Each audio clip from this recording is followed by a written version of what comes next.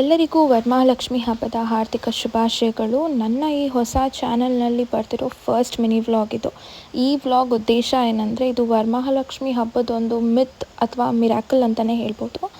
ಯಾಕಂದರೆ ಇನ್ಸ್ಟಾಗ್ರಾಮಲ್ಲಿ ನಾನು ನೋಡಿದ್ದೆ ಈ ಮಿರಾಕಲ್ ಬಗ್ಗೆ. ಸೊ ನಾನು ಟ್ರೈ ಮಾಡೋಣ ಅಂತ ಟ್ರೈ ಮಾಡಿದ್ದು.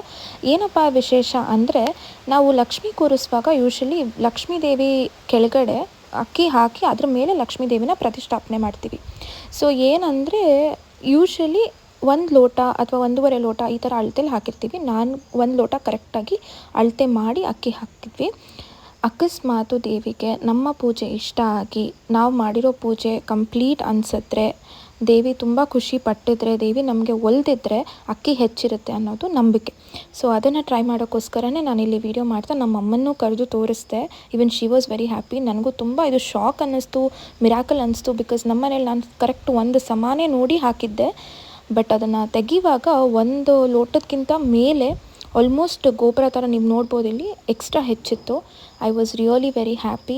ಐ ಹೋಪ್ ನೀವು ಕೂಡ ಇದನ್ನು ಟ್ರೈ ಮಾಡಲಿ ನೆಕ್ಸ್ಟ್ ವರ್ಷ ಹಬ್ಬಕ್ಕೆ. ಸೊ ಅದಕ್ಕೋಸ್ಕರ ಈ ವಿಡಿಯೋ. Thank you.